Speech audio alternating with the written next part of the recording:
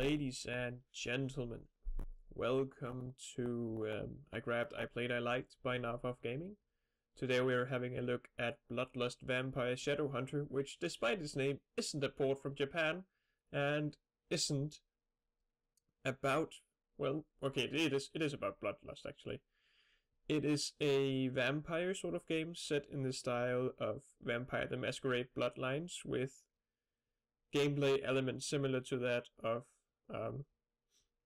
what do we call it? I think it's like a mix of Skyrim and Baldur's Gate, because it has the combat style of Skyrim, but it also has the abilities. Okay, so I'm gonna show you the character creation screen here. That was loud. So, yeah. This is the character creation screen. What you can see basically here are these basic stats, like you can be a vampire or a dhampir, which is basically a half-human. You can be male and female. You have 3 core classes, a warrior, witch, and criminal, which is basically the fighter, rogue, and mage combo, like lifted directly out of D&D. You can choose your attributes, strength, dexterity, charisma, so it's basically like a D&D game in that sense. Also, you can choose a character name, and I'm gonna show you something that bothers me just a little. We're gonna type in NarfArf slowly at first, okay? This works fine, right? You might have noticed the flashlight flickers, but maybe that's just to test whether, you know, it is supposed to flicker, so you can see what does my character look like with the flashlight off. I don't really know why they did it, but anyway. I'm gonna show you what happens when I try to type it a little faster this time. Yeah. Notice what happens? What happens is basically, I think the program does not... It can't really keep up with how fast you're typing. It's a little bit pet peeve for me when I'm trying to just punch in my name, but... yeah. It can be overlooked, to be fair, but... I feel that you need to know. Okay, so I'm gonna load up my save from last time I played. I have one where I completed the game, and this is the one I'm currently playing on. Loading screen is awesome, isn't it? Enters courtyard. So scary. Okay, so right off the bat, you're gonna think, wow, shadow mechanics, holy crap. And yeah, it actually does it pretty well. For a one-man project, it's pretty good in that sense. The textures are okay on the structures and stuff. I mean, they're not amazing, but that's not what you're playing this kind of game for. This isn't Skyrim at all. Okay, so let's see.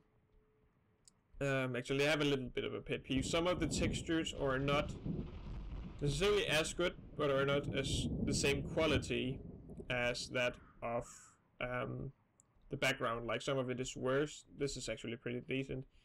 Also, the shadows don't always follow the characters. It's a little could have been implemented better.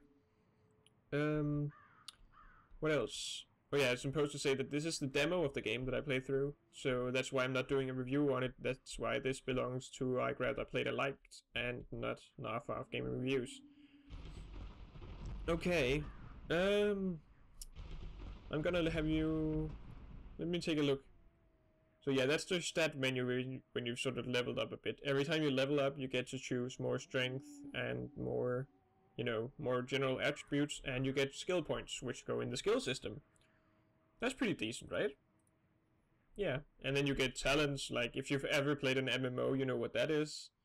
And you get a sire tree, which is fairly cool. It generally shows you, if you've bitten someone, they can contribute to your XP pool. So like, you're suddenly a master. If you say you start off as something called a fledgling, which is basically you're a startup vampire.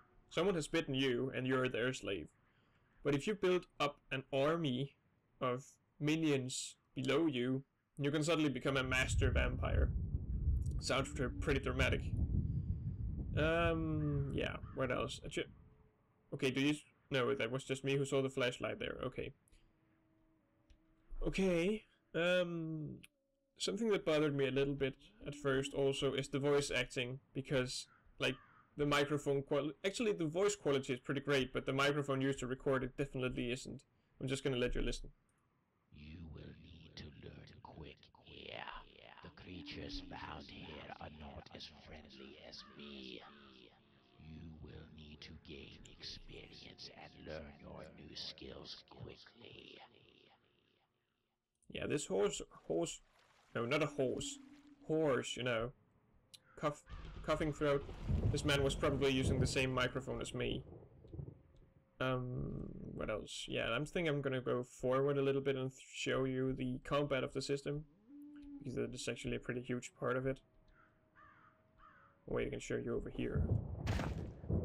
Oh yeah, you can super jump. Super jumping up in this bitch. No monsters here. What do I have? Yeah, this is your inventory also. It's pretty standard. You have your inventory, you have rings, you have armor, hats. You can get a top hat, by the way. I didn't manage to find one in this level. But, I really want a top hat. Top hats are cool. Gotta admit, they seem pretty legit. No? No zombies here? No zombies here. Okay, I'm gonna move on. Also, a problem that you might be noticing later in the game. I'm not gonna talk about it later because it's probably gonna happen while I talk anyway. The sound for the game is kind of random. Sometimes the music will just go off for ages and you won't hear anything but the ambience for a while, and sometimes the ambience will go off. And sometimes, very rarely, you hear your own footsteps. That's super confusing for me. Like, all of a sudden I'll hear my footsteps for maybe 5 seconds and then poof, no footsteps. Okay, we're in the ruins. Let's see. I do not want to go to the store lady. I think I have furs for her. What do you need? No. I don't need anything. Goodbye. Goodbye. She's really dramatic, isn't she? Oh, there you go. I hear monster. That one is definitely nearby. Wall broken. Yeah, this now I'm gonna show you how the combat, why the combat feels like Skyrim and why it feels just as wonky. And that's why I feel it's a weaker part of the game. Just let me show you what happens.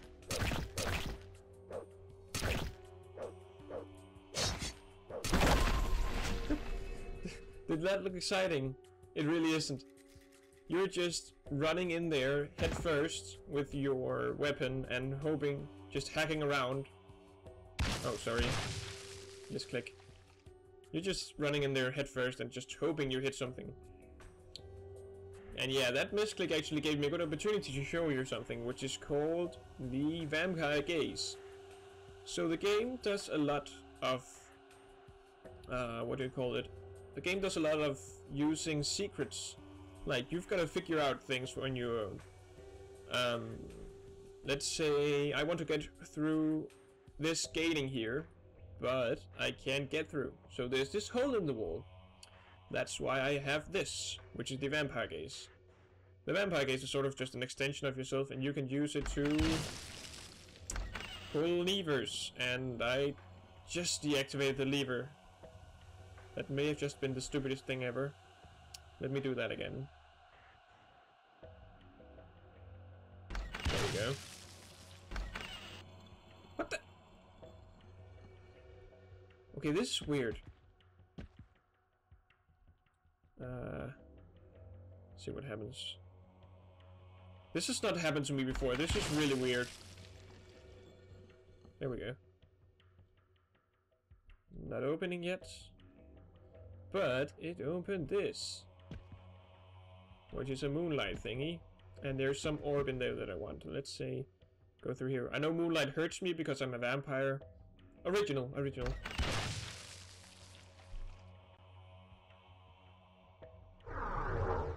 Yeah, it also has tutorial hints. I just let these be on, really. They don't do much. They just tell you the basics.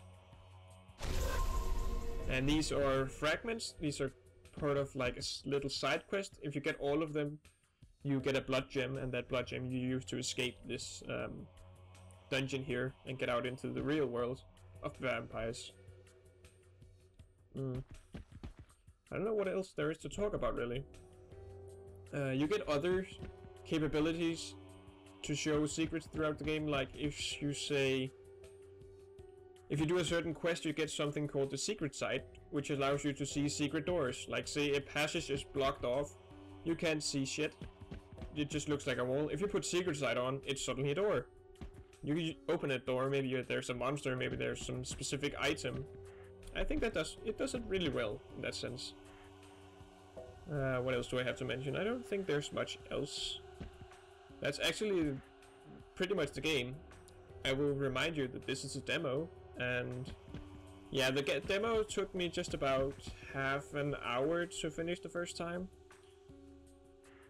Kind of because I was learning the ropes, and I think I ended up restarting twice.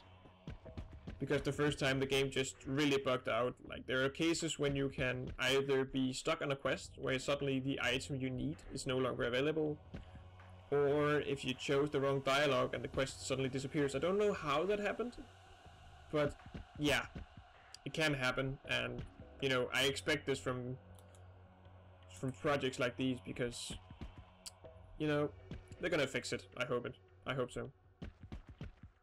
What else is there to say? The game runs on the Unreal Engine, which I didn't actually notice before I looked at it. Like, it says Unreal Engine in the intro, and I didn't really feel it. Like, I didn't see the intro the first time, I just skipped. And then I saw, this is the Unreal Engine? Well, apparently it is. It uses it pretty well, I feel. It does it well. Just does justice. Yeah. I think we're about through. What else is there to say?